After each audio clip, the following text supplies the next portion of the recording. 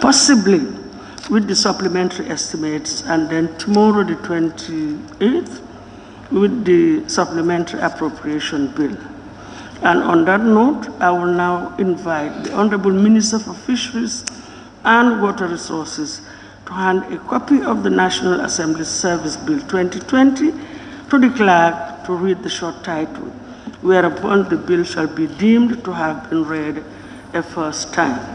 Thereafter, we will proceed to the next stages accordingly. Thank you. Are we all together? Thank you, clerk.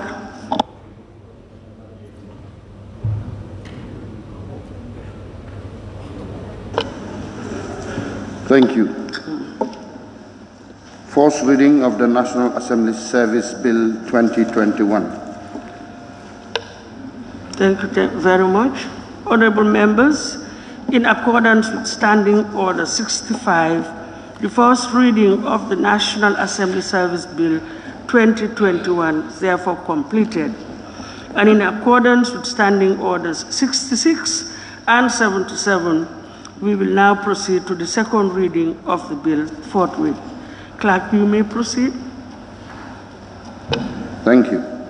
Second reading of the National Assembly Service Bill 2021 by the Honorable Minister for Fisheries and Water Resources. Thank you very much, honorable members. Pursuant to Standing Orders 67 and 77, I'll now invite the Honorable Minister for Fisheries and Water Resources to move a motion for the second reading of the bill entitled the National Assembly Service Bill 2021. If the motion is carried, the clerk shall read aloud the short title of the bill and declare it to have been read for the second time. Thereafter, the Assembly will debate on the general merits and principles of the bill as provided as per our Standing Order 67-1. After the debate, we'll then resolve into Committee of the Whole Assembly to give detailed consideration of the bill. On that note, I'll now invite the Honorable Minister to move the motion for the second reading of the bill. Thank you. Honorable Minister. Honorable Speaker, I move that the bill entitled An Act to Establish the National Assembly Service to provide service and support for the National Assembly and for connected matters be read a second time. Honorable Speaker, this bill seeks to generally broaden the legal framework and specifically give effect to Section 111 of the Constitution of the Republic of the Gambia, 1997, which establishes the National Assembly Service and its supervisory body, the National Assembly Authority. The bill provides for the National Assembly Authority to oversee the institution of Parliament and effectively account for its administration, operational and financial independence from the executive, in line with regional and international parliamentary standards and principles of parliamentary development.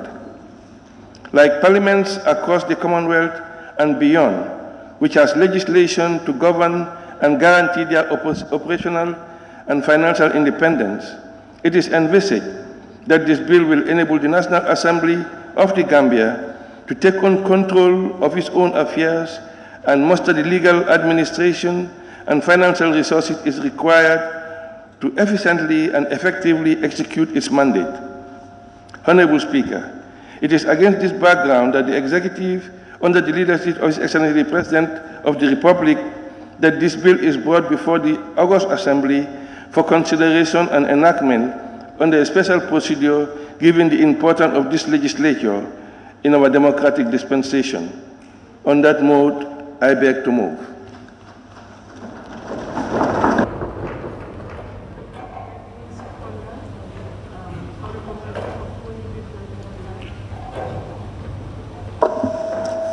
Thank you very much, Madam Speaker. I wish to second the motion.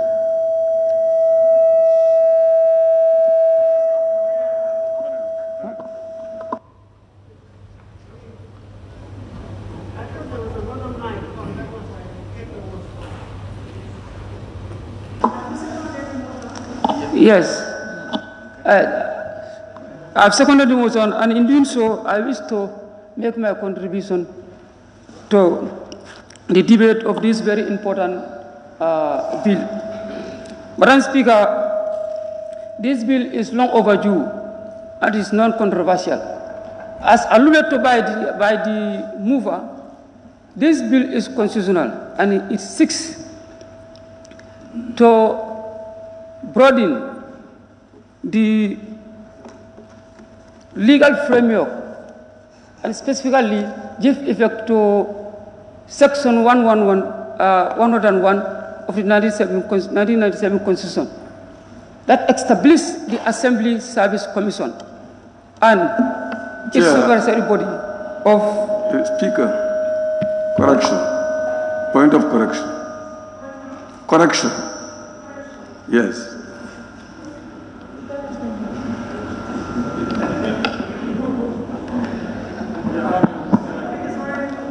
Yeah, it cannot be correction.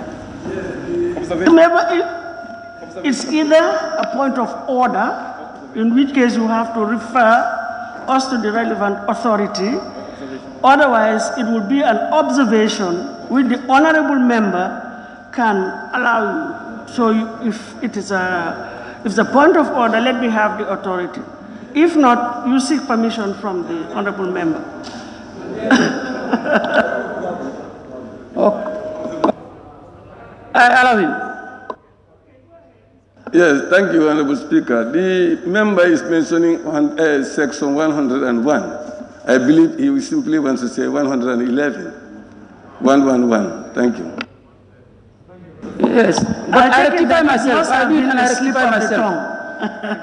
I rectify myself. So, Honorable Speaker, we are here to make history today. History in the sense that this Parliament is going to enact a very important bill today. Madam Speaker,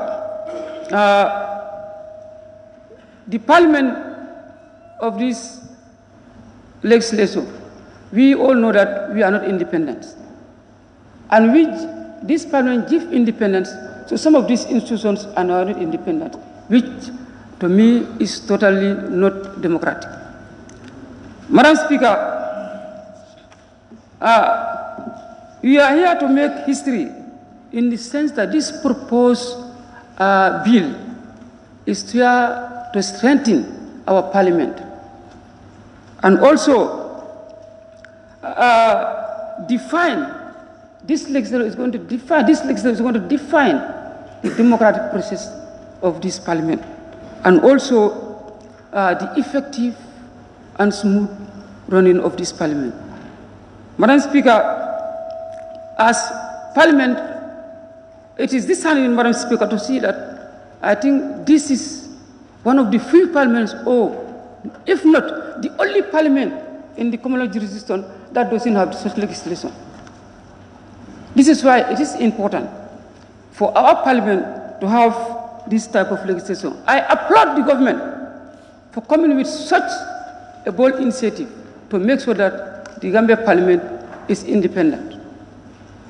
This is a history by the government and also history for the Gambia Parliament if this bill is enacted. So, Madam Speaker, in saying so, I will therefore applaud all members of this Parliament to give a safe sailing of this bill to be enacted. Thank you very much.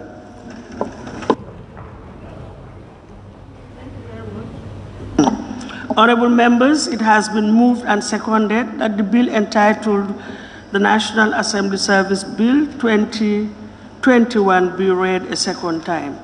Those in favor, please say aye.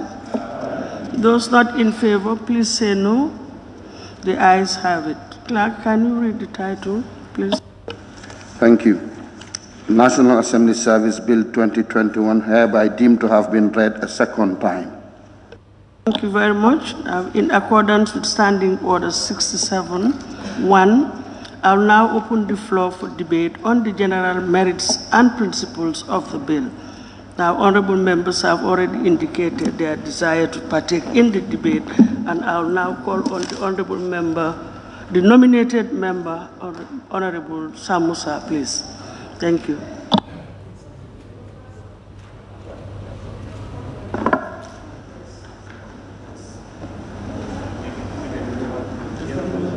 What's going on?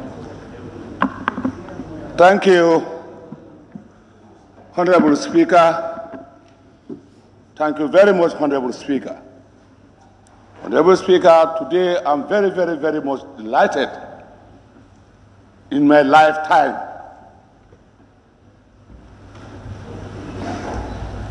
Madam Speaker, people will make history, but particularly me, I who served the First Republic, Second Republic, and the Third Republic.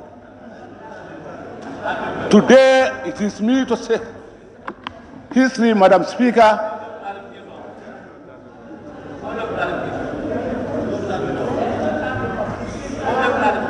Please. Madam Speaker, I said I served the first, second, and third.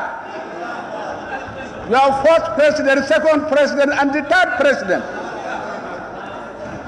So if you can rule that out, fine, then I can rule my statement. I can withdraw my statement then. If there's no third president, then I will withdraw my statement, Madam Speaker. So, but anyhow, thank you very much, Madam Speaker. You see, don't worry, I will hold your brief. You have rephrased it. You are in order. I don't know what is wrong. Something is wrong somewhere. From the speaker to the floor, you are all distracting my attention. Why? Madam Speaker, thank you very much. As I have said, today is a D-Day, it's a big day today for this assembly in the history of this country since we had independence. Madam Speaker, this August House has never been independent at all. So I know today, immediately after Parliament, we all should move front of the house and take a photograph because it's a legacy. It's a legacy that we made. And it has strengthened the democracy in this country. This would have been done since immediately we had independence. The Parliament should be democratically independent. That is why from the First Republic and the Second Republic, so many irregularities has been happening in the system. Because the Parliament is not independent. If they are independent, otherwise, certain things has happened in the First Republic and the Second Republic would have not happened. So today, this Parliament fought tooth and nail to see that we have our independence. I would also thank the House authority and also the FPAC and so on, the committees that concerns have done well. I must congratulate them for the effort that they make until we reach to this level today. I will not forget thanking them. And our able minister overseeing, a minister responsible for the National Assembly matter, I must congratulate. This has happened in his time. It has never happened. It's a history. So wherever, even though in the next world he can say, I made a legacy when I was the minister responsible for the National Assembly matters. I make sure that on this Parliament have their independence. So, Madam Speaker, today, I don't think that we should waste any more time on this because we have a SAB ahead of us. As you said, when you are making the introduction, so that we can go into that, and then complete the SAB tomorrow. But I'm so very difficult. Many of the members, everybody want to at least to throw one or few words onto this bill. It's so important. We are so happy today. All members, and I don't think there will be a single member here, starting from the Speaker herself, down to the down to the floor, understand, to say no to this. Because it's a legacy. It happens in the Honorable Speaker's father was a speaker in this country for over 10 years or so. But thank God, understand, this thing happened in her time. So it's a legacy. So obviously, understand, I think today is a jubilation after Parliament. I expect the Honorable Speaker at least to have three goats and 3 sheep, understand, for us to have a barbecue in the assembly here. So otherwise, I'm just happy. There's no controversy in this bill. We don't have to waste time, Honorable Speaker. I think today we are all happy. I'm happy as well. I join my colleagues. We all unanimously, without wasting much time, you know, we have so many things to take care of. On that note, Honorable Speaker, I thank you and thank the floor and the minister and the authority for that matter. I beg to move, Honorable. But when the exercise is all legally completed, we'll see what can be done. Thank you very much, Honorable Member for Banjul Central. Thank you, Honorable Speaker, for giving me the floor. Honorable Speaker, I don't have much to say. I don't want to waste the time of the Parliament. All what I have to say, or I will say, is that I'm in 1,000,000% support of this bill. Thank you. Member for Basse. Honorable Speaker, thank you very much. Honorable Speaker, my intention to take the floor is to be part of the history. As the mover of the motion mentioned, and as the nominated member also said, I think this is long overdue. Honorable Speaker, the Constitution, Section 111 reads, with your permission, there shall be a National Assembly service to provide services and support for the National Assembly. The National Assembly service shall form part of the public service, and its members shall be appointed by the National Assembly after consultation with the Public Service Commission. Honorable Speaker, this is already in existence. It is already catered in the Constitution. It's only we are waiting for a day just to make it happen. And this is what happened. This is what is going to happen today. So if the executive had the courage to give this opportunity to the Parliament, which is already our right, which we should even claim and even get it. If it is now proposed by the executive, I think they are now telling us they are very serious about the separation of powers and the exercise of democracy in our country. There is no way where a parliament can be an extension of the executive. And this is the only way to separate the parliament from the executive. Otherwise, the parliament continue to be an extension of the executive. Imagine, we the National Assembly members, we are independent, we are autonomous. But anything that we have to do, we have to be supported by the National Assembly service or the office of the clerk. If that office of the clerk is dependent to the executive, and we depend to that office of the clerk, we can see that we are also dependent. So our independence has no value. So in order to make the National Assembly independent, autonomous, is to have the National Assembly service as a public body. That's where we will be responsible for our budget. That's the time that the National Assembly will be also answerable to the National Assembly the National Assembly service, I mean, will be also answerable to the National Assembly. We will decide for our activities. You cannot be in the position to check and balance the executive if we are not in that situation.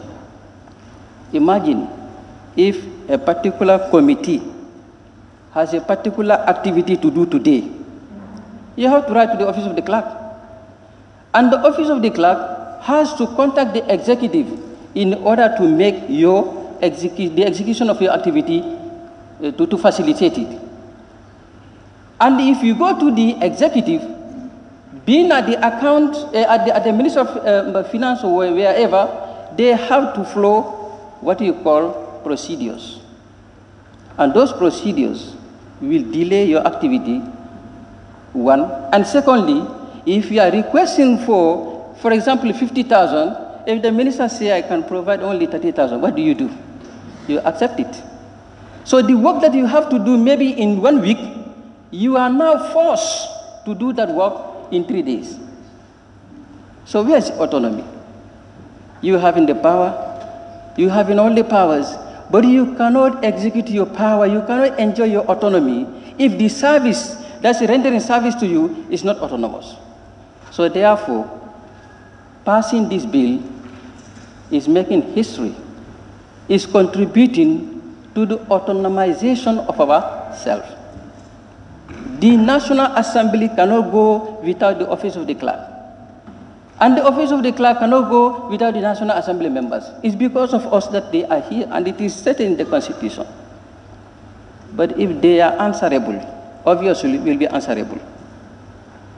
So therefore, I think colleagues will agree with me that all of us are making history today. We need to be autonomous. We have been to other parliaments. Every member had the opportunity at least to go to one country. We have seen what is happening within the sub-region. We have seen what is happening in the other countries.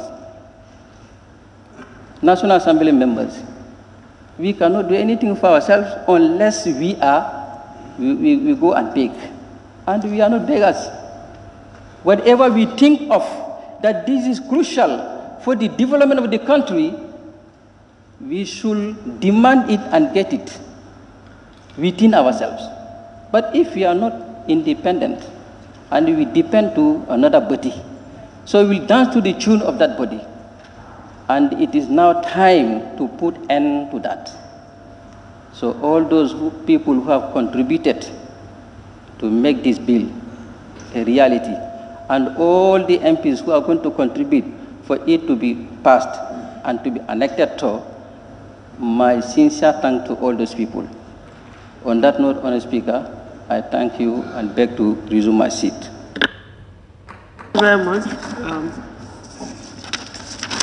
Honourable Member for,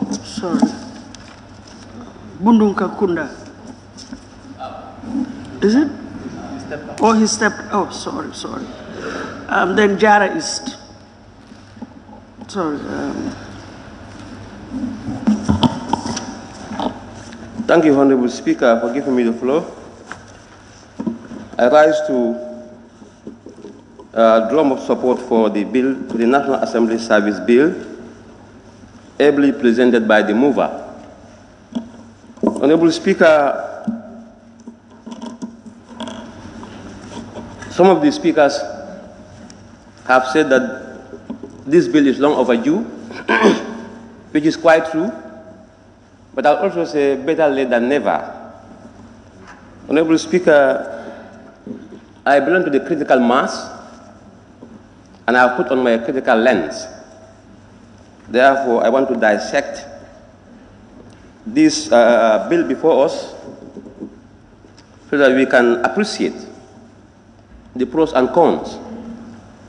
Honourable Speaker, if you go to the objects and reasons, it is clearly stated, with your permission, this bill seeks to generally broaden the legal framework and specifically give effect to Section 111. Underline, to give effect to Section 111. Honourable Speaker, it beats my imagination. Because we are talking about the most important document of our country, that is the Constitution. And it has taken time for that constitutional provision to be given effect. And I think these are some of the questions that you should ask. Why? Is it that Section 111 is not important, or we have treated Section 111 with contempt? Are we all guilty of contempt? Because this is a constitutional provision that we are talking about. It's a matter of most. It must not be negotiated. It is enshrined in the Constitution. It ought to be enforced. So I want to ask the mover, why is it that Section 111 has been thrown under the bus for so long a time? Why? Why? Does it mean that the government does not have the political commitment, the political will? Why? I'm very much inquisitive, and I want to know why. Why is it that Section 111 has been disregarded and thrown under the bus for so long a time? Why? We are lawmakers. We all know what, when somebody is enshrined in the Constitution, it must be treated with, great respect. Having said that, Madam Speaker, we are making history, a history that is long overdue. I agree entirely. But who is to blame? Who is to blame for the delay of this historic moment? Who is to blame? Madam Speaker, this is a watershed moment for the life of this 5th legislature. Watershed in the sense that it will go in the annals of our history, that we honorable members of the 5th legislature have come together, agreed unanimously to do the needful, that is, to inject life in Section 111, because it has been moribund for so long a time. And now we are in the habit of trying to resuscitate it. But why? Honorable Speaker, we need to be action-oriented. We need to be action-oriented. And this is Parliament.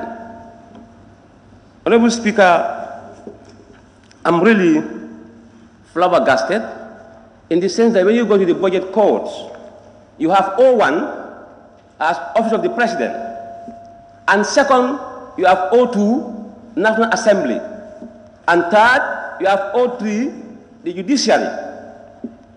But this O2 has been treated with great disregard for so long a time. I want to speak my mind, and I want to speak my mind very well. Because I belong to the critical mass. Honorable Speaker, they will say O2, National Assembly. O1 has been satisfied, but O2 has been trampled upon for so long a time. Why? We have been reduced to beggars. We have been reduced to beggars for the simple reason that we have failed abysmally. We have failed woefully in giving effect to Section 111. Honorable Speaker, in essence, for the fact that we are unable to have this Section 111 alive and kicking, we are all guilty of signing our own death warrant. All of us. If your bread basket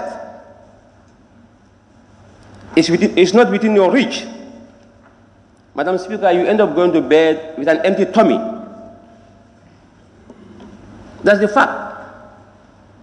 We have been reduced to mendicants, beggars, if you like it, because our bread basket is not within our reach. This is the truism, Madam Speaker. I myself and some of my colleagues, we are known at the Treasury. We keep frequenting the Treasury, Central Bank, because we have failed in executing Section 111. This is why we have been frequenting the Treasury. It is not nice, but we are choiceless. We are choiceless. If there is no one who can, fight for you, you have to stand up and do your fight. If you don't row your boat, who will row it for you? You have to paddle your own canoe, or you risk being drowned. This National Assembly has been treated with huge disrespect. There are two forms of independence. Honorable Speaker, if you have freedom of speech in a form of independence, that's fantastic. But when you don't have economic independence, the degree to which you are independent is questionable. There is no economic independence in this National Assembly. And all of us close our eyes to it. Some of us have been, making noise about it. And I want to thank those people, for always talking about it. It becomes a common refrain on our lips that we ought to have our autonomy. We ought to have our autonomy because we are a National Assembly. It is not an ordinary house. This is why it is always called the August Assembly. There's a reason. There's a reason. The house is solemn. It's not just an ordinary house. It's solemn. But the solemnity, the degree to which we are solemn, has been soiled because of this Section 111 has not been enforced. So we have soiled the solemnity of the house. And we have no one to blame but ourselves. This is why I say, who is to blame? Ourselves and the government at large. Because, Madam Speaker, if laws are printed on letters of gold, we fail to enforce them. They are as good as their non-existence. This thing has been here. It has been mentioned in the Constitution amply, clearly. Amply. It's amply stated there that we must give effect to Section 111, but we close our eyes. This is why we are used to beggars. As I'm talking to you, Madam Speaker, my honorable colleague from Kiang East is having problem in terms of accessing his sleeping allowance. Could you imagine? Could you imagine? I think I was the last to receive mine. I had to make several phone calls when I was in Basse, Director of Treasury, National Assembly, honestly speaking, and I was last to buy, I can say RAM. This is so painful. And the National Assembly could not devise ways and means to help its members. I said to one of the officials, I said, please, we have to use our brains.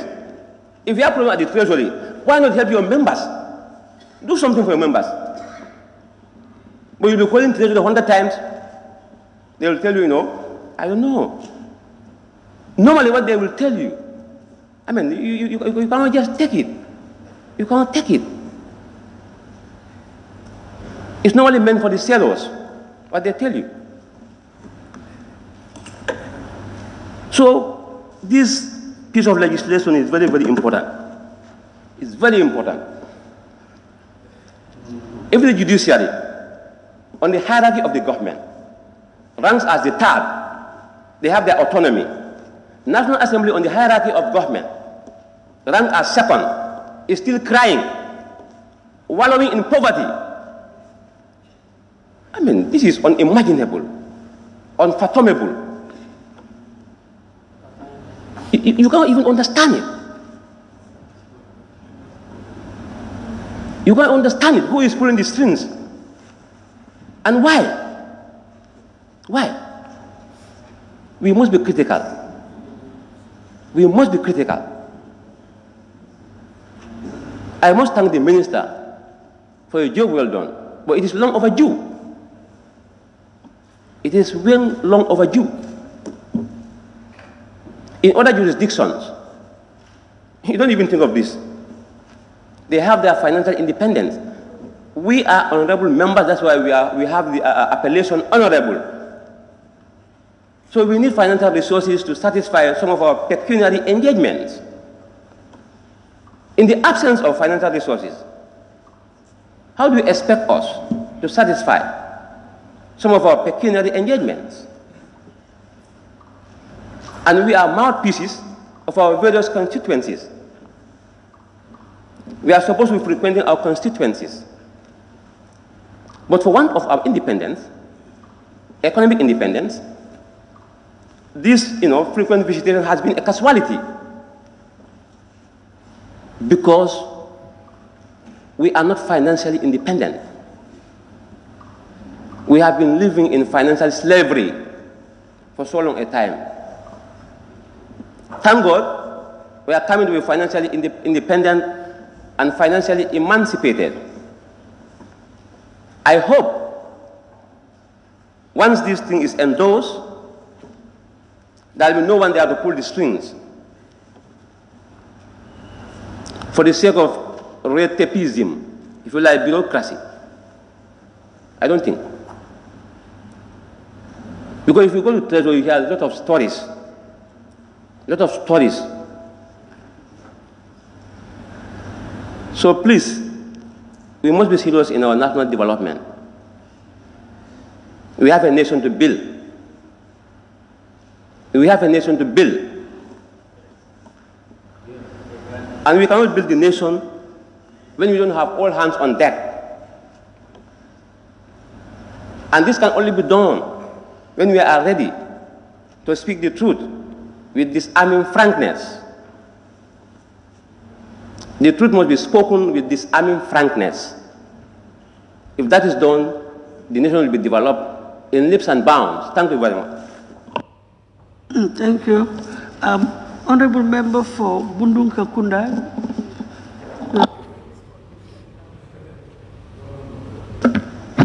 Thank you very much, Honorable Speaker, for giving me the floor to take part in the debate of this National Assembly Service Bill 2021.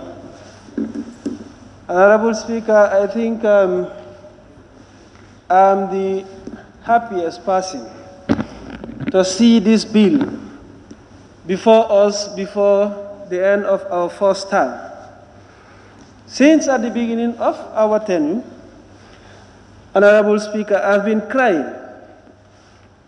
for this authority or for this bill to come so that we can consider it to have our own authority.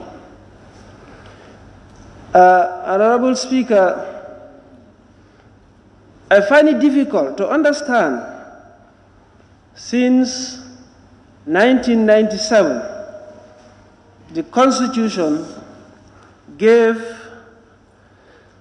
this mandate to the National Assembly to come up with an authority or to establish an authority so that they can be autonomous. It is important to note that the bill seeks the effect of Section 111 of the Constitution of the Republic of the Gambia, 1997. I find it difficult, since 1997, up to date, this bill could not come to the Parliament. It seems in fact, the Assembly's efforts is being compromised or undermined, for them not to be able to effectively function or be able to execute their duties as they wish. When I was talking at the beginning of our tenure in this parliament, some of my colleagues thought that what I was saying, I was merely saying something that is impossible. But I'm very happy today that we have this on our desk to consider it and to make sure that it is passed. And I'm equally happy it comes with a certificate of urgency.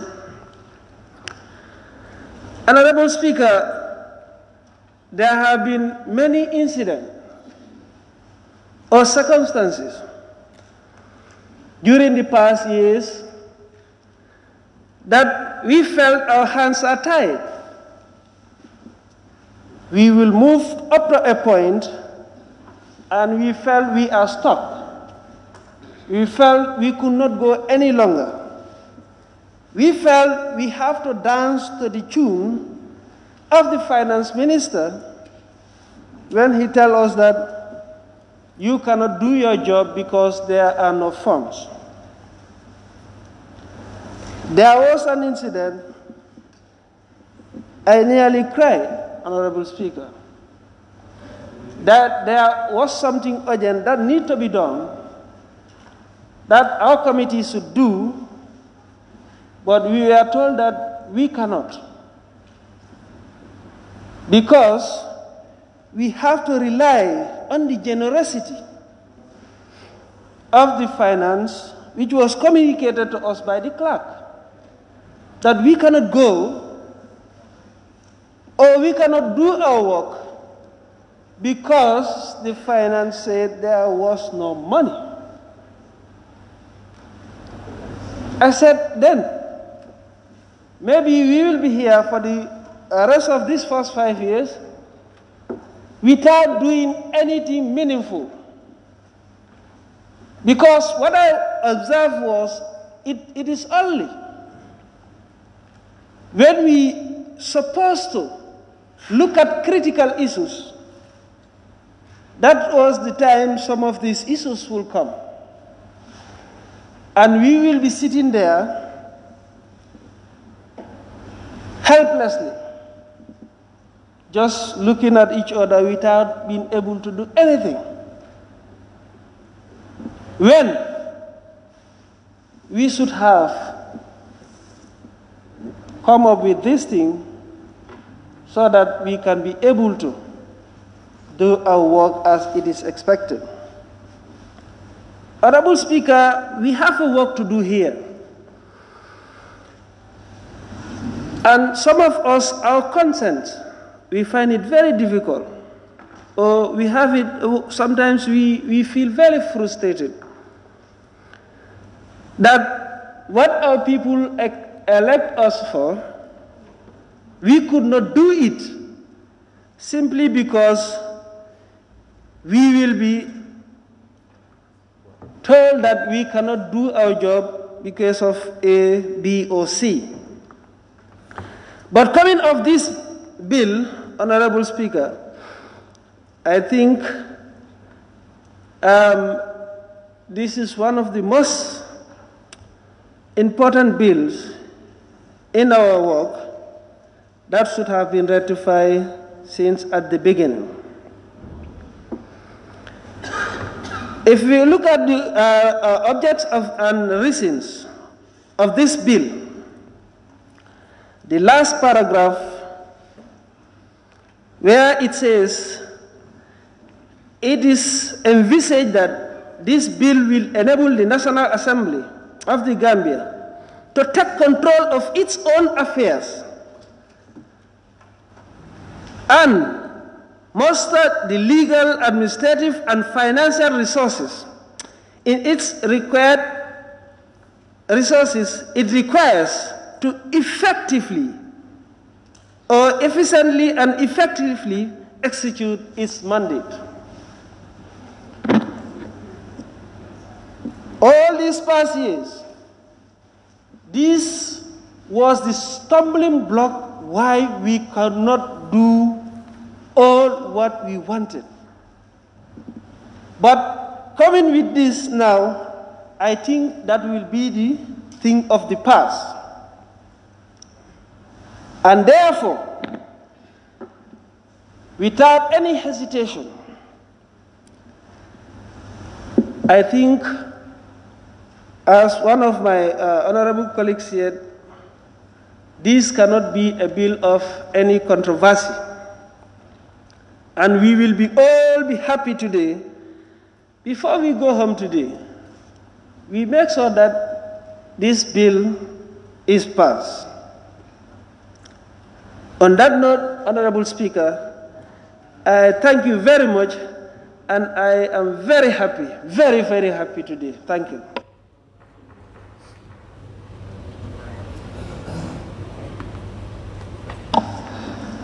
Thank you very much, Honorable Member for Banjul North.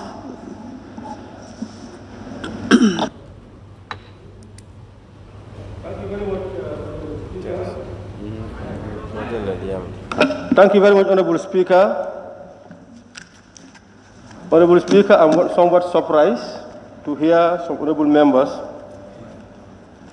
indicating that there is absence of independence of the National Assembly.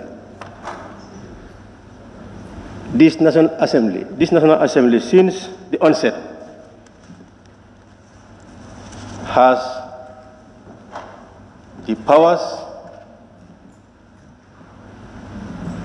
the authority, the opportunity to be independent. If there is anybody to blame for having such a bill being brought to us at this stage, at the almost tail end of our mandate, is nobody other than ourselves. We should not blame anybody. This assembly has power to impeach the president. This assembly has power to censure a minister.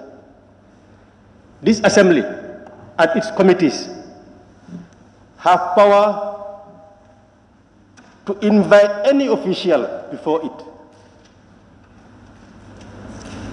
to demand for any document to come before it. So what is the problem? Where is the problem? I think the problem is that the absence of speaking one voice, serving the interest of the Gambian people. Sometimes we come here with party colors, with party cloaks, with party tags.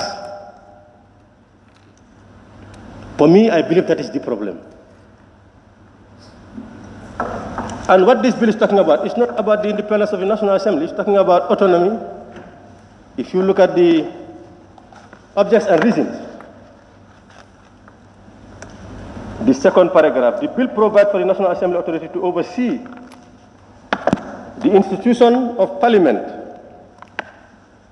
and effectively account for its administrative, operational, and financial independence from the executive. Period. What this is asking is what is happening with regards to the judiciary is what will happen with us. We have to have autonomy. When we prepare our budget, send it to the president, he or she only looks at it, has no power to make any amends, but can make note, take note that this, observe that, well, I would have loved this to be here or not to be here. Simple. And it's up to us. This is all what this is asking for. And of course, I would agree that we have been having challenges in terms of the lack of autonomy, financial autonomy. Because of course our committees, sometimes we want to operate. Funds, the resources are not there. Because of the process, it is not within us, it is not within our reach. this could have been rectified since day one. Have we been speaking one language? In this National Assembly, I even hate the term opposition. I don't believe there is any opposition. There shouldn't be any opposition party. What should happen is we need to change that balance, the nomenclature. You have parties in government, parties out of government. Because we are not opposing. Opposing what? For me, my interest is to see whoever is in the executive and the team to succeed. Because they are given responsibility to manage our resources. If they mismanage our resources, my constituents, my government competitors are going to suffer. So it should not be my interest. I should not wish for that government to fail.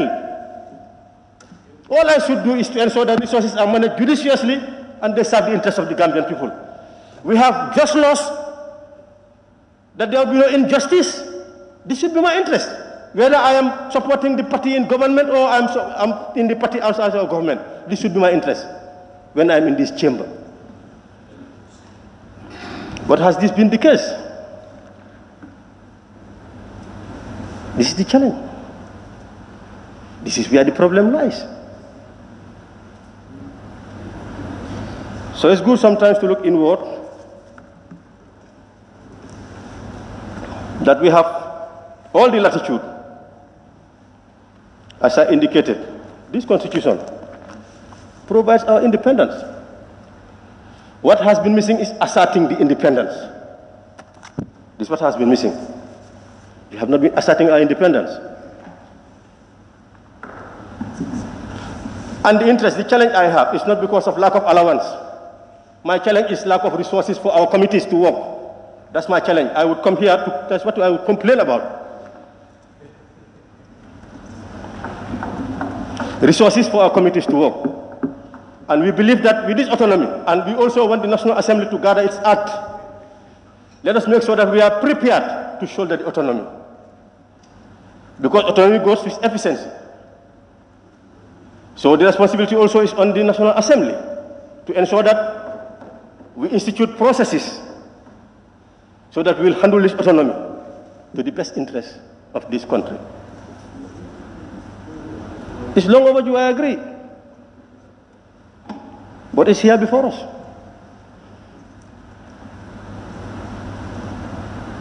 It's here before us.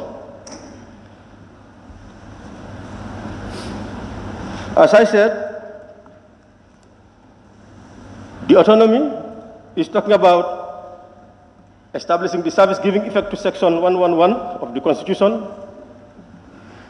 which provides for this Assembly to come up with a bill that will become an act instituting a National Assembly service with an authority to supervise the National Assembly service. And that is what this bill is seeking.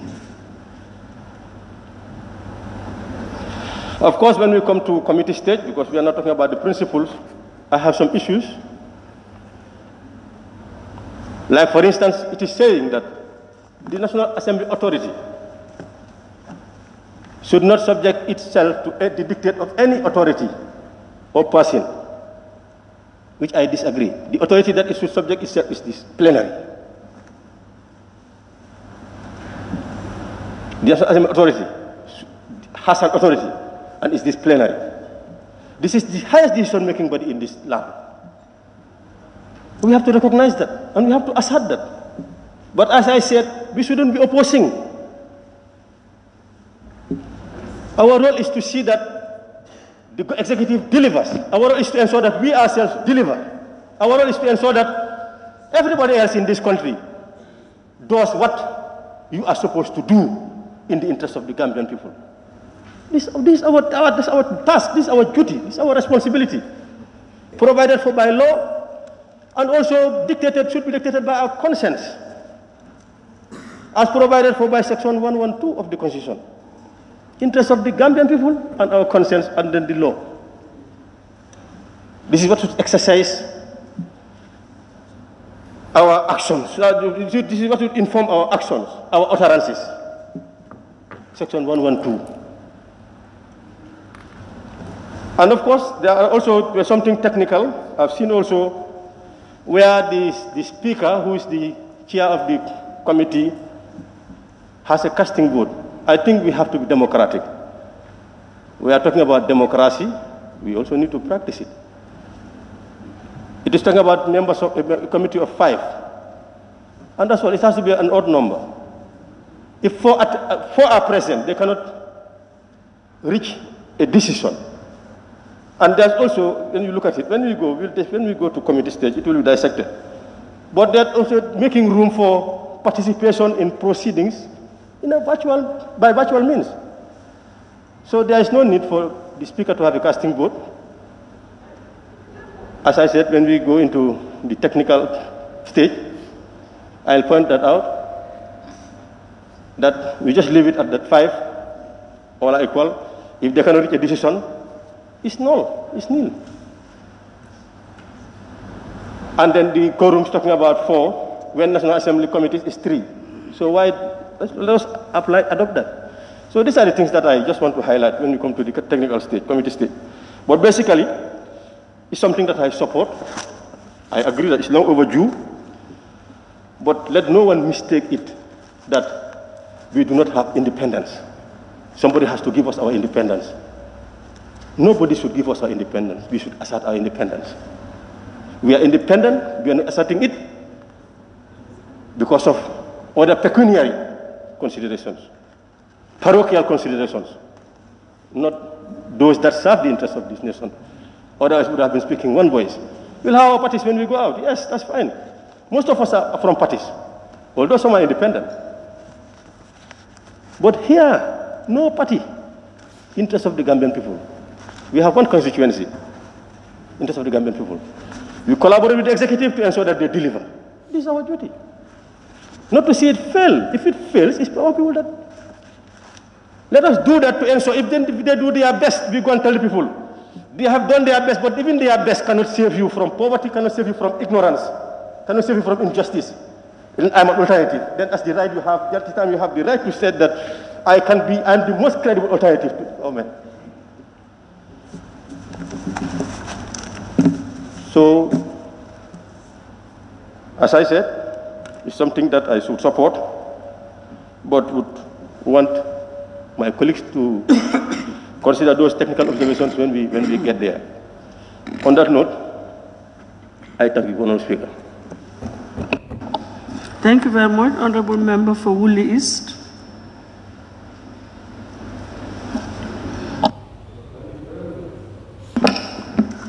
Thank you very much, Honourable Speaker.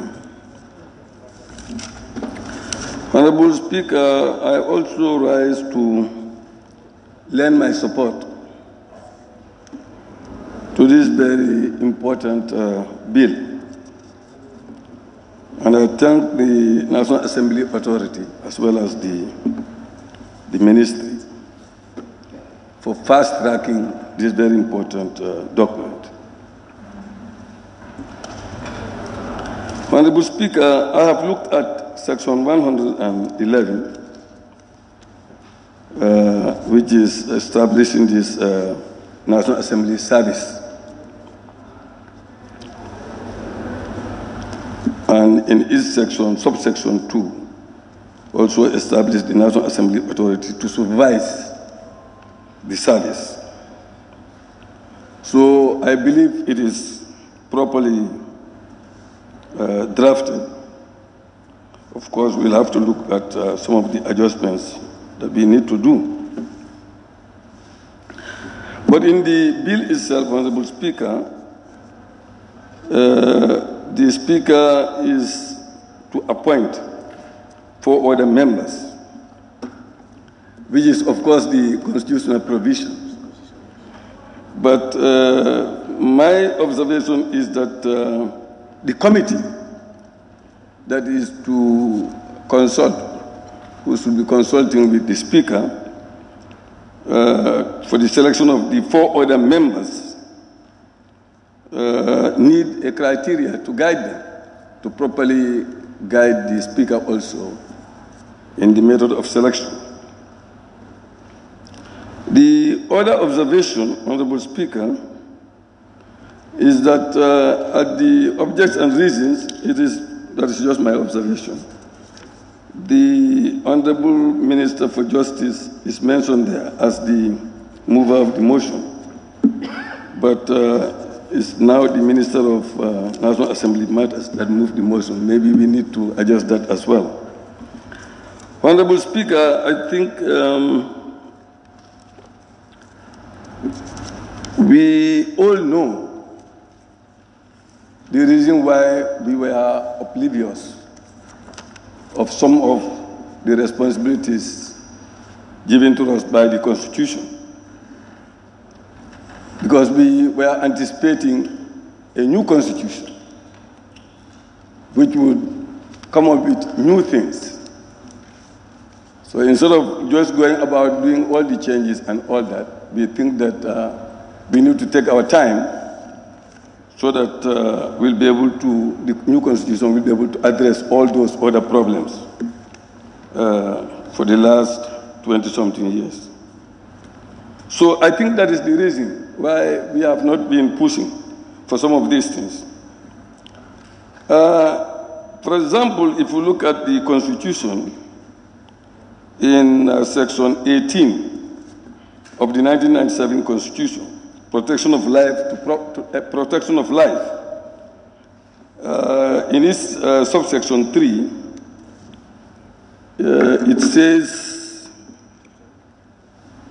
Section 18(3), it says, the National Assembly shall within 10 years from the date of the coming into force of this Constitution review the desirability or otherwise of the total abolition of the death penalty in the Gambia. We've not been pursuing this because, not that we don't know, but because we were anticipating a new Constitution that would address this particular anomaly. Even though we all know that the President had made a declaration that it will be life imprisonment instead of death. And I believe if you are reading the Constitution, you will come across many responsibilities given to us, but we've not been taking them up. So, what I want to say, finally, Honorable Speaker, is that independence should go with responsibility. If one is attractive to hear independence of the National Assembly, but it does not mean you can do anything at each time, at any time you want. It does not mean that. And it also does not mean that you should be irresponsible. It means it should go with responsibility. So let's put that at the back of my mind. We are creating this to simply help us, to organize us, and to ensure that we do our work smoothly and efficiently. If we see it in that way, that is fine. Anybody who is seeing it another way, that anytime you come for your allowance, that's the time when you should get it, that is very irresponsible. So on that note, I thank you for the time.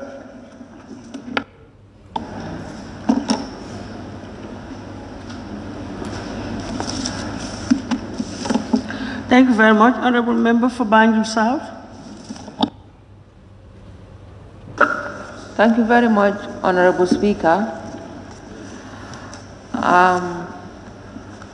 I will take us back to page 15 of the Constitution, which says, if I can read with your permission, it says, this Constitution guarantees participatory democracy that reflects the undiluted choice of the people. The functions of the arms of government have been clearly defined. Their independence amply secured with adequate checks and balances. Madam Speaker, that takes me back to Honourable Member for Banjul South.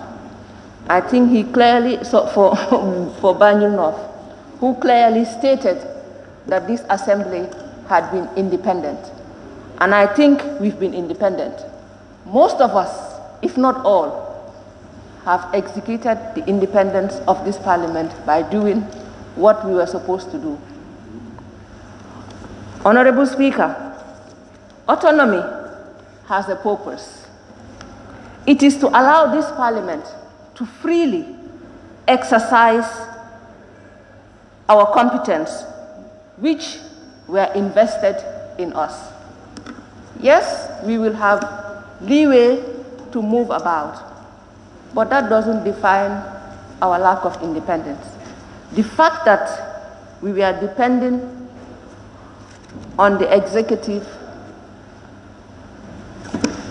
to execute some of our financial issues does not mean that we lacked independence. Honorable Speaker, our Constitution states that the executive is the government. Most of us believe that we are part of the government, and I think that is one of the problems that we have.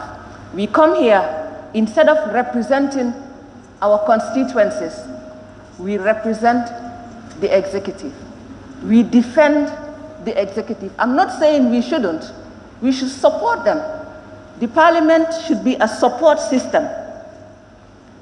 Autonomy has a common characteristic in all parliaments, and it clearly does not prelude cooperation with the government. We should cooperate with the government, and I will take what he said again.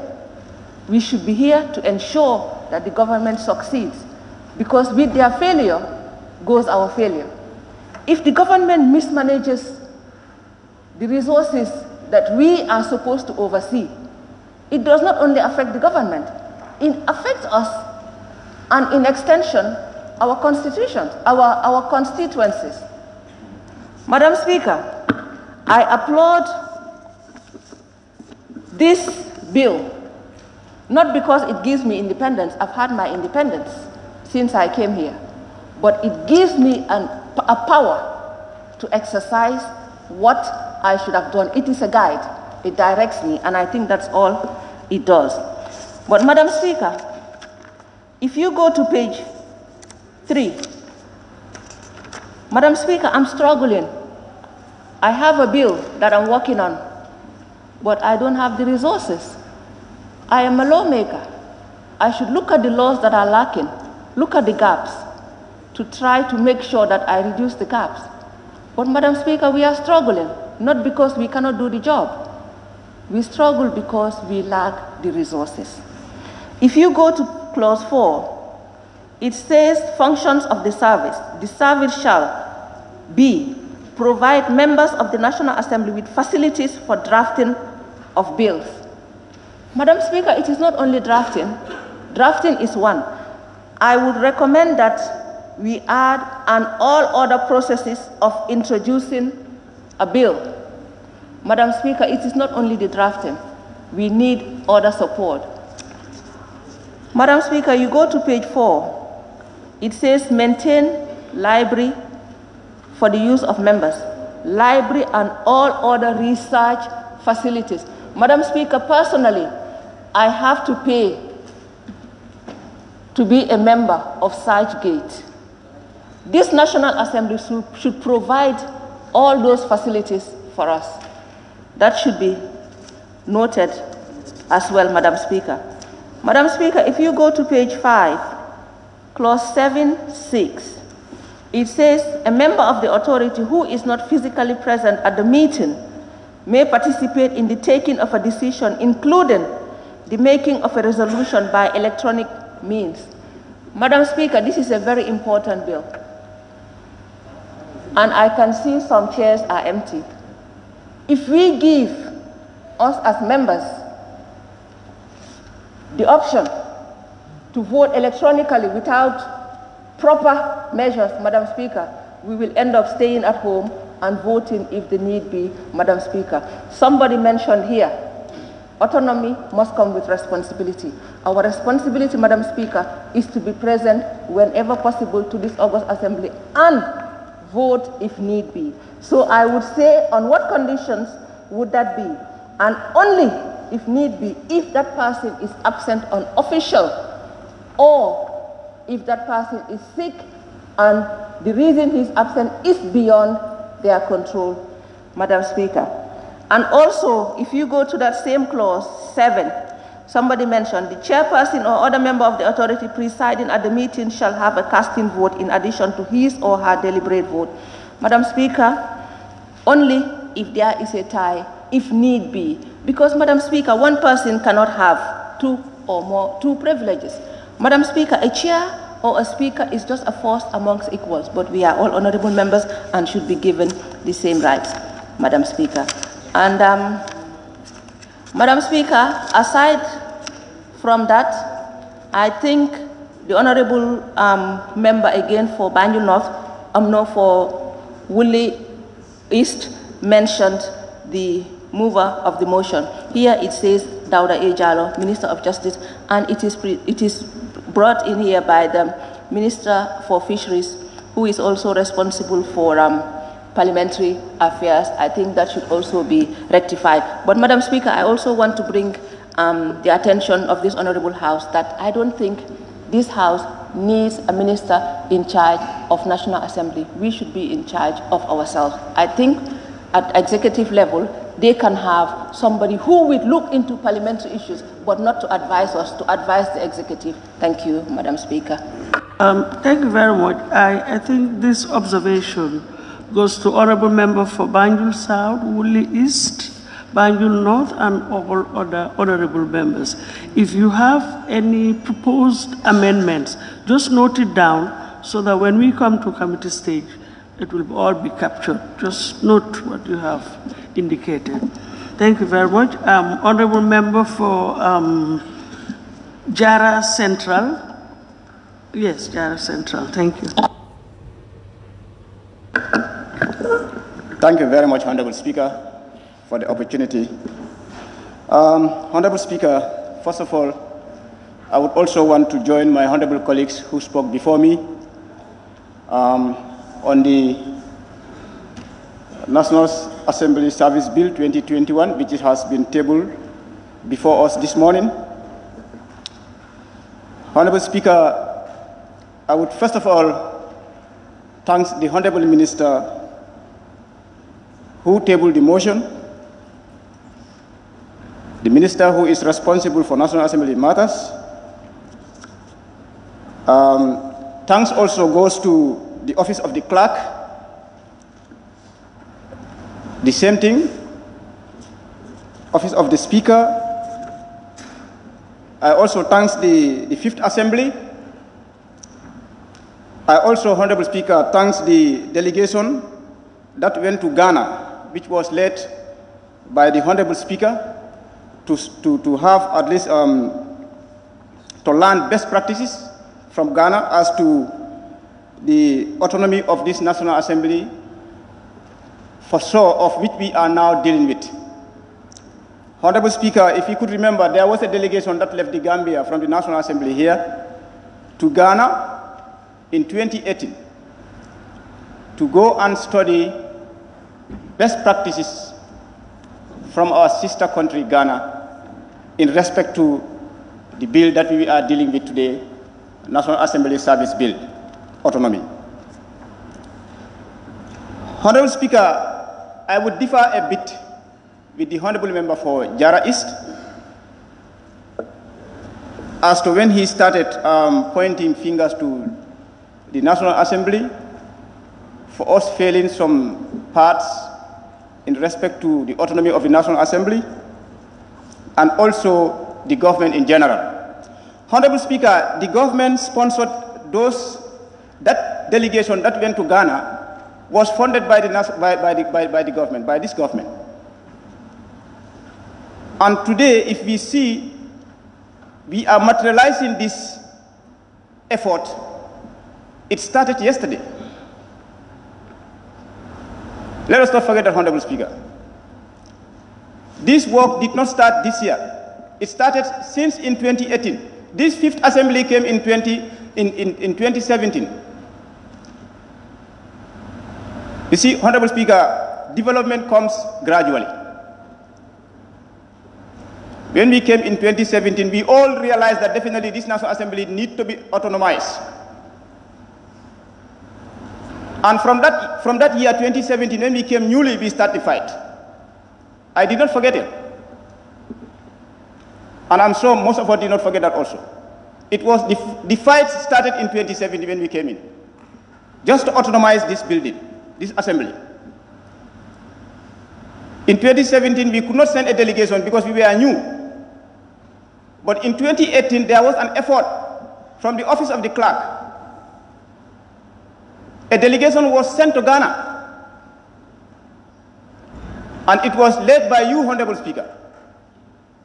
Since then, that fight is on until today. This is why I am also thanking the Fifth Assembly on that. Because we all join hands to make that effort. The fruit that we are harvesting today was a joint effort by all of us here. On that note, Honorable Speaker, I have to differ with my Honorable Speaker, my Honorable Member for Jarais, who is also my neighbor.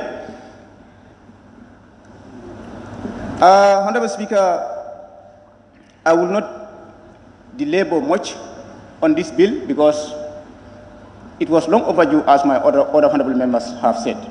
It's long overdue. But it is better. It is never late than never.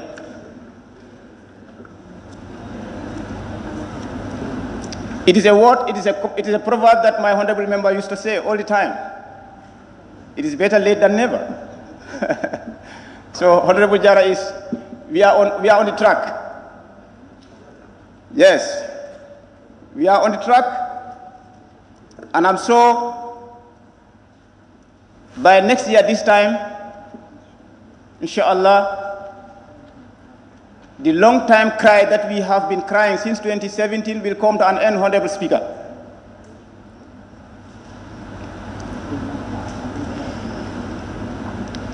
Following the executive, particularly the Minister of Finance, just to approve committee's functions will come to an end today, Honorable Speaker. Today, or after today, Honorable Speaker, it is your office and the office of the clerk that would decide for the National Assembly committees the roles and responsibilities that is entrusted on them for them to carry it as they wish.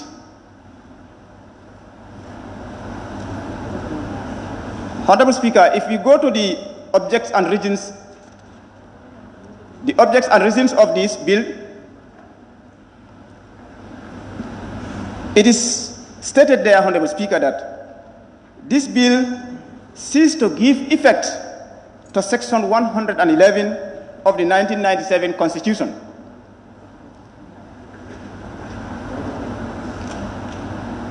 which, of course, what we are doing today, that is to have a National Assembly service,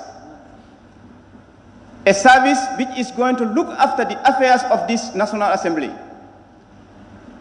a service which is going to look after the welfare of this Assembly in general, starting from the National Assembly members up to all the staffs of the National Assembly. It doesn't only end at the National Assembly members alone, Honorable Speaker, but anybody who is working in this National Assembly is covered in this bill. On that note, Honorable Speaker, the most part, or the part which I have to buttress more on the objects and reasons of this bill, Honorable Speaker, is on that line which says the National Assembly of the Gambia to take control of its own affairs. So all along, from time immemorial, this National Assembly was not taking control of its own affairs. So with the introduction of this bill, Honorable Speaker, we are now going to take control of our own affairs. So you can see, Honorable Speaker, how important this bill is. This bill is more than important, Honorable Speaker, when you come to that line of the objects and reasons stated at the back of the bill.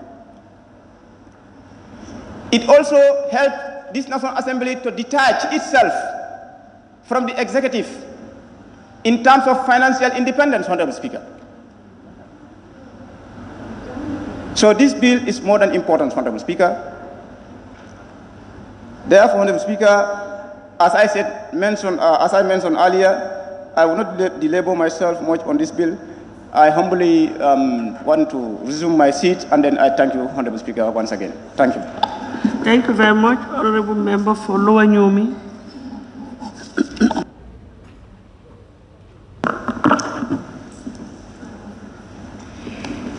Thank you, Madam Speaker, for giving me this opportunity to throw my feelings about this very important bill. Madam Speaker, in all countries, there are 5 different governments: the executive, the legislature, the judiciary, the press, and this year we are going to the 5th one, which is the people.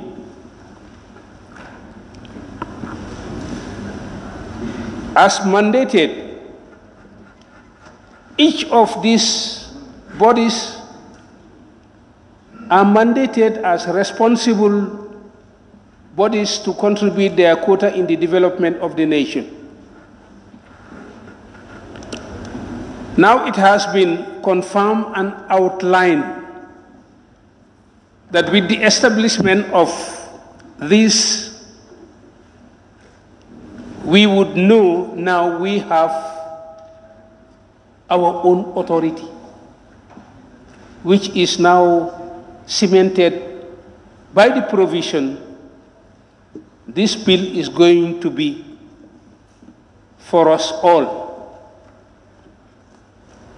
We take solace in the fact that we had been very patient, but notwithstanding we have been following. We take solace in the fact that the people who are responsible for the administration of the assembly affairs have been thinking day in, day out to make sure all that is due to us is gotten and will be gotten and shall be gotten, as is being indicated with the laying today of this assembly bill. We take solace also in the fact that our patience was not as a result of not knowing that we needed to have this. We needed to. And that as we go to other countries, we see there that this is the way that they are administrating their countries from that level. I am pleased to have heard from the member for Central Jara that there was a trip to Ghana. In fact, we take a lot of pride in associating with Ghana. We take a lot of pride in understanding, appreciating also the fact that Ghana was the founding father of the independence now. And that gives us a good ground so much so that we would not slip if we delve into any idea, any knowledge, any practice that is being done at that level. We thank all and sundry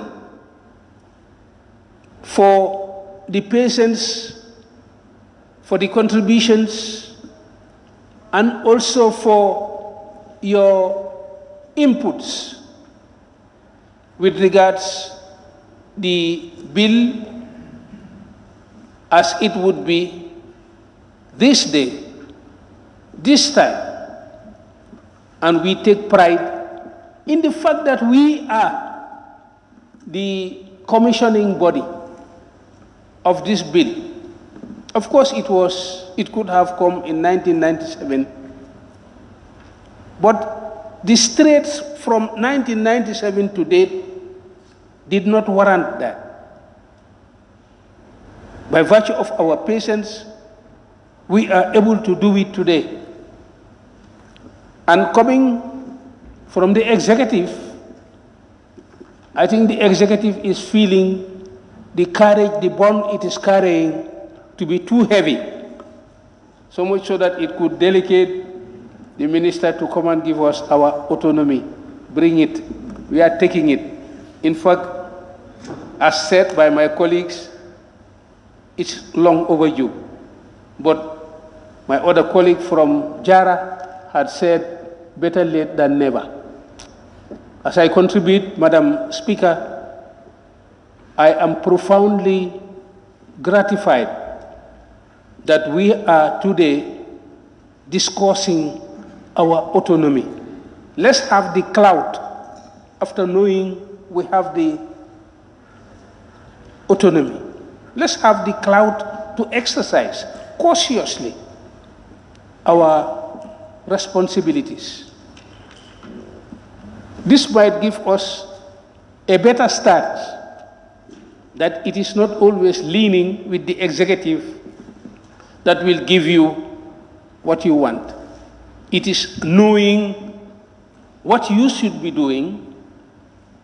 That is what is going to help us out when we work together, rather than bailing you out or selling you out to be working with the executive so as to be undermining perhaps a lot of our own efforts within. We are able to, and we have the clout, we can muster the courage to do that. As was quoted by the member for Banjul North, we can impeach the president. We can call ministers here to explain. And that we have been doing, just sort of impeaching. Now let's begin to look into ourselves, as we have been now mandated with more cemented authority. Madam Speaker, for the authority, for the chance, thank you very much. For Central Badibu is not around, so I'll give the floor to Upper Fuladu West. Yes, Upper Fuladu.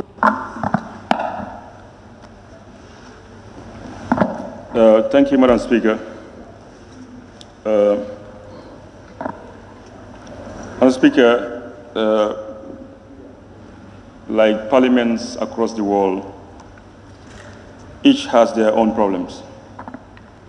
And like parliaments across the world, each try to do their part in serving the people that have elected them to come and serve. The Gambia is no exception. We have had our problems, whether to manifest or establish our authority, whether to find the right attitude to work together or the ability to be able to do that. We have had our problems. But I think we should all be proud of what we are doing today, because we are making history. And this history is not about us as the fifth legislature. More than anything, I see it more as doing our part in building an institution that we are going to leave behind for our successors to come and enjoy a better working environment. Because the past 4 or 5 years have taught us very difficult lessons that we should not, and I'm glad that today we are making that history, we should not allow this legislature to be left in the way and manner we found it. Yes, many have asked the question about why did it take so long to be here, for us to be doing what we are doing today. But it's no day for preaching each other. we all understand the dynamics and the political exchanges of our tenure. So therefore, I don't blame anybody, and I don't even blame ourselves. What I've seen is that the time has come today where we are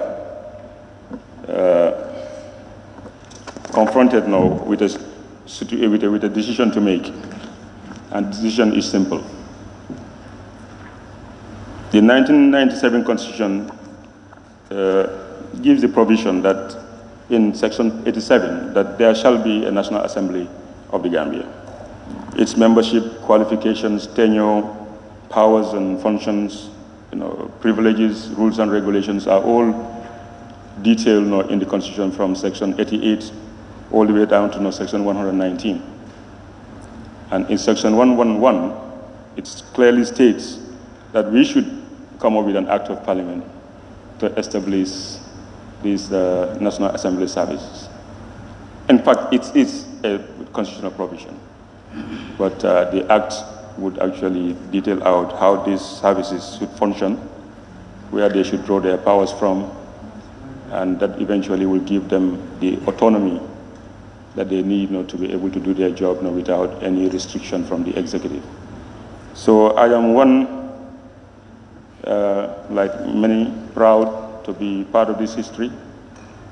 The way I see it is that what is now left is, once this is passed by the Parliament and assented to by the President, what is now left is for us to muster that change, that wave of change that we need to actually make sure what the Act is saying is implemented to the letter. Otherwise, for the rest of our time, which we have about less than a year left, we would be facing the same situation or the same difficulties, especially when it comes to the functioning of the committees. Time and time again, I did make this claim that yes, there is nothing stopping us from empowering ourselves. There is nothing stopping us from giving these committees the resources that they need to be able to do their job. However, it has been a difficult task so far.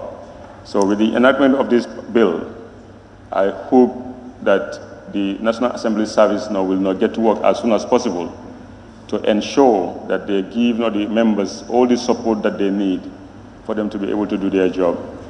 And that should not be confined to just simple logistical challenges. No, we should think outside the box.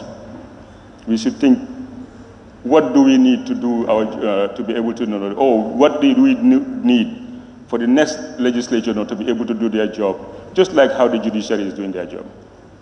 Does the National Assembly members have offices? Do they have their own vehicles? Do they have their own assistances, like personal assistances, clerks, research departments, you name it? So members we should not allow the next occupants of this house to struggle just like how we did. We should leave behind an institution that we should be proud that at least we did our part in making sure it is empowered and resourced to be able to do exactly what the spirit of the Constitution is expecting it to do. On that note, thank you very much, Madam Speaker. I thank you. Honourable Member for Central Badibu, you left your seat, so I had to give the floor to somebody else. Thank you, Madam Speaker. Madam Speaker, the task before us is not a difficult task, since we are looking at the objects and the reasons of the bill. Honourable Speaker, the bill is timely, and as the saying goes, when the Agama lizard falls from an Iroko tree, he said before people will praise him, he has to praise himself. So we have to praise National Assembly members, the Office of the Clerk, the Office of the Speaker, for conceiving such a brilliant idea for this Parliament to have such an assembly service to look at the welfare of its members and its modus operandi. Honorable Speaker, I think we are not arguing on the independence of individual members, but we are arguing on the independence of the operation of this National Assembly. We will all attest to that there are lacunas in our operations. So this bill is there to help us how to operate effectively and efficiently when it comes to performance. And I believe that's why most of the members are overjoyed with this bill. Do you understand? But not that they don't know that they are independent, they can make and unmake. But we all know that the way our constitution is designed, sometimes we have difficulties in making certain laws in this country, or certain actions that we want to do in the parliament. We find it very difficult. Honorable member of Woodley is made mention of it. There are a lot of things in the constitution that National Assembly should make an act. Do you understand? But they are very difficult. Sometimes we found ourselves in a situation that it's difficult to act. Then we need a cooperation to ensure that we work on those things so that we can have a very good legislation in this country. Honorable Speaker, the bill is going to promote parliamentary supremacy.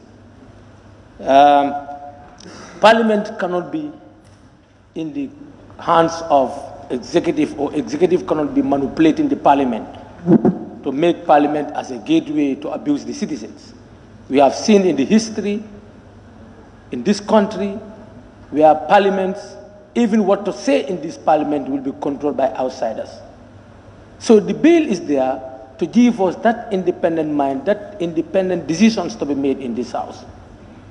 Now, when it comes to finance also, we all have been crying out of our committee oversights and even our individual, allowances. People must talk about it. Which institution that you will go, you will not see staffs are not going to be motivated. Where? If anybody is doing a self-sacrifice job, you can do that. Or if you want to take your allowances to the charity, you have all right to take it to the charities. But members who are talking about this, they are right to talk about it, because this will make them to perform.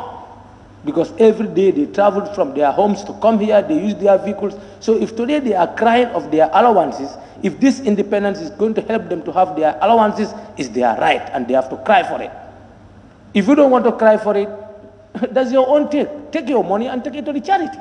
But that's not the purpose of the objective. The objective of the bill is how to ensure that all of us work well in this house. And I believe, the financial independence is talking about that, so that most of the delays that happen will now